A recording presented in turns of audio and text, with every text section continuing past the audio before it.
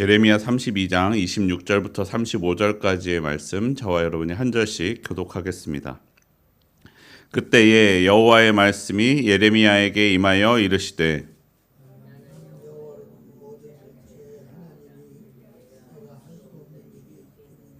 그러므로 여호와께서 이와 같이 말씀하시니라. 보라, 내가 이 성을 갈대아인의 손과 바벨론의 느부갓네살 왕의 손에 넘길 것인즉 그가 차지할 것이라.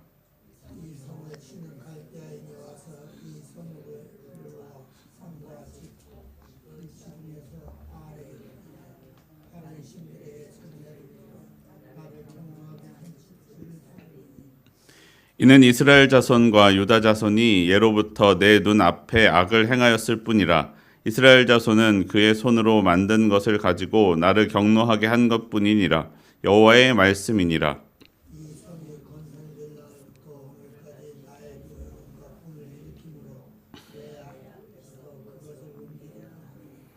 이는 이스라엘 자손과 유다 자손이 모든 악을 행하여 내 노여움을 일으켰음이라.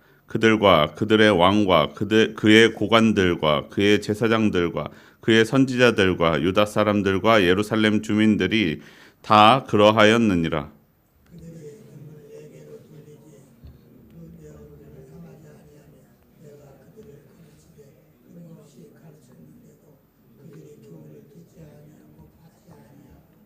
내 이름으로 일컫는 집에 자기들의 가증한 물건들을 세워서 그 집을 더럽게 하며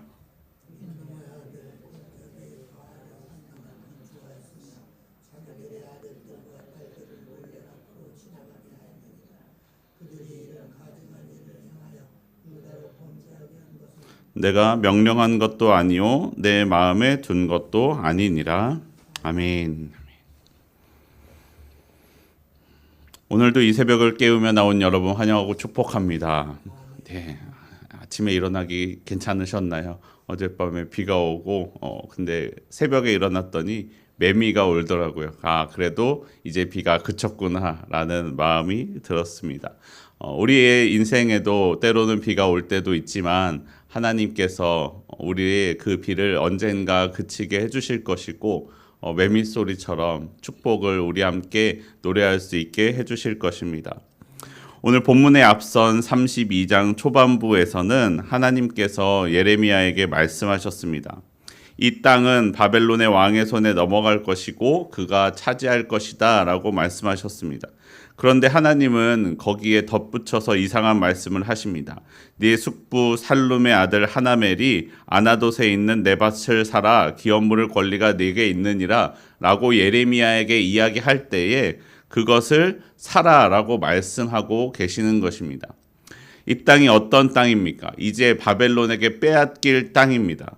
그런데 이 이스라엘 땅은 하나님의 말씀대로 바벨론의 손에 넘어갈 것입니다. 그리고 이스라엘의 모든 땅은 빼앗겨 버릴 것입니다.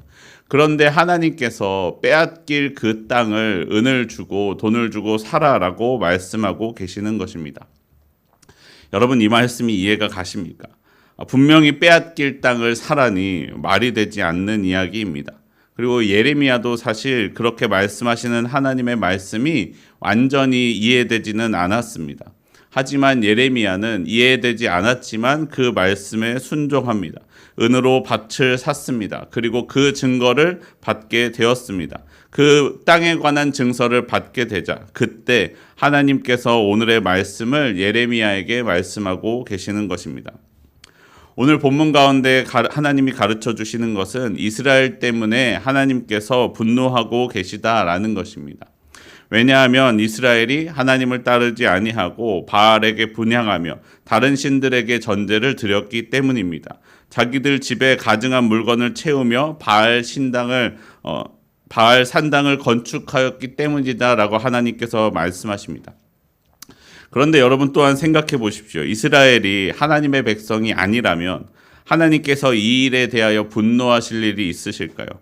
여러분, 옆집 아이가 밥상을 뒤엎든 쓰레기를 안방에 버리든 신발을 신고 집에 들어간들 나랑 무슨 상관이 있겠습니까? 그런데 그 아이가 내 아이라면 달라집니다. 내 아이이기 때문에 화가 나고 내 아이이기 때문에 우리 집에서 내 아이가 그렇게 행동한다면 그것을 바로 잡으려고 할 것입니다. 내 아이이기 때문에 화가 나고 분노가 나는 것입니다. 하나님께서는 오늘 이것을 말씀하시는 것입니다. 너 이스라엘은 나의 백성인데 너는 내 백성인데 너희가 나를 분노하게 하였다. 왜 나를 따르지 아니하고 이방신을 섬기는가라고 책망하고 계시는 것입니다. 지금 이스라엘이 당하는 고난의 이유는 네가 지금 이 고난을 당하는 이유는 너희가 행했던 그 일 때문이다라고 하나님께서 말씀하고 계시는 것입니다. 사랑하는 성도 여러분 기억하십시오. 사랑의 반대말은 미움이 아니라 무관심이다라는 말이 있지 않습니까?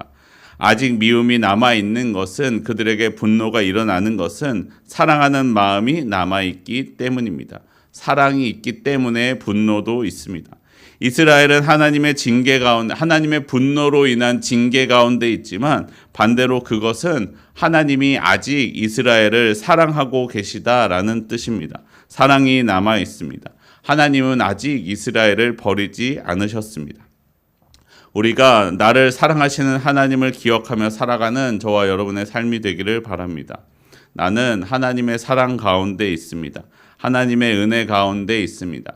때때로는 내 행동과 내 일에 대하여 하나님께서 책망하실 때가 있지만 그것은 하나님의 사랑 때문임을 기억하기를 바랍니다. 그 사랑을 기억하며 어떻게 해야 합니까? 하나님께로 더욱더 힘들고 지칠 때 하나님께로 더욱더 가까이 나아가는 저와 여러분의 삶이 되기를 바랍니다. 하나님은 이스라엘 때문에 화가 나셨지만 반대로 그들이 사랑하는 하나님의 백성 이스라엘이었기 때문에 하나님께서는 그들을 다시 회복시켜 줄 것을 보여주고 계시는 것입니다.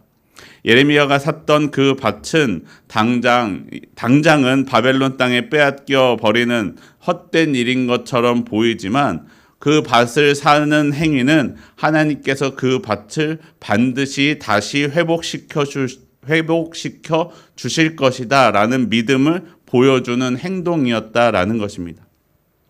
그런데 지금 이스라엘의 모습만을 본다면 그들은 구원받지 못할 것 같아 보입니다. 바벨론의 포로로 잡혀갔고 땅을 빼앗겼습니다. 그리고 이스라엘이 아무리 힘을 키워봤자 강대국 바벨론에는 상대가 되지 않을 것 같아 보입니다. 상황은 그야말로 절망적인 상황입니다. 그러나 하나님은 이스라엘을 향하여 그리고 예레미야를 향하여 말씀하고 계십니다. 예레미야 32장 27절 말씀입니다. 27절 말씀 우리 함께 한 목소리로 읽어보겠습니다. 시작. 나는 여호와요 모든 육체의 하나님이라 내게 할 수 없는 일이 있겠느냐. 상황을 보면 구원받지 못할 것 같은 상황이지만 하나님이 하신다면 어떻겠습니까? 하나님이 하신다면 가능할 것입니다. 하나님은 이스라엘 때문에 분노하셨지만 여전히 이스라엘을 사랑하고 계셨습니다.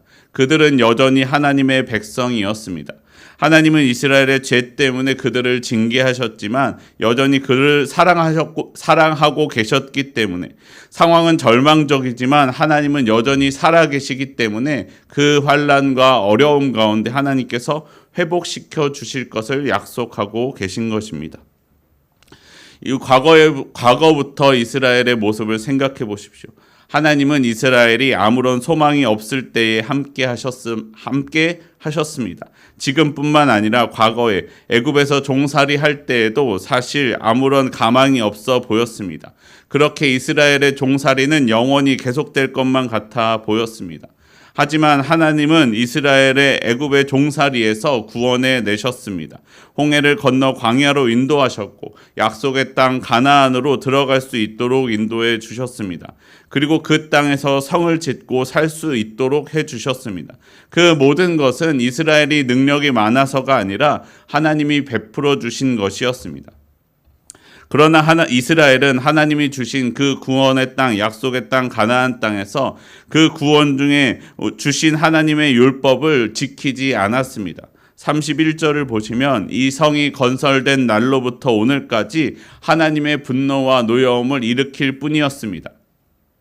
사실 이스라엘의 모습을 보면 그렇습니다. 우리가 잘 알고 있는 것처럼 다윗의 때를 제외하고는 부분 덜 나쁜 왕, 덜 나쁜 사람들이 있었을 뿐이지 이스라엘의 전체적인 모습들은 늘 죄악 가운데 있었습니다.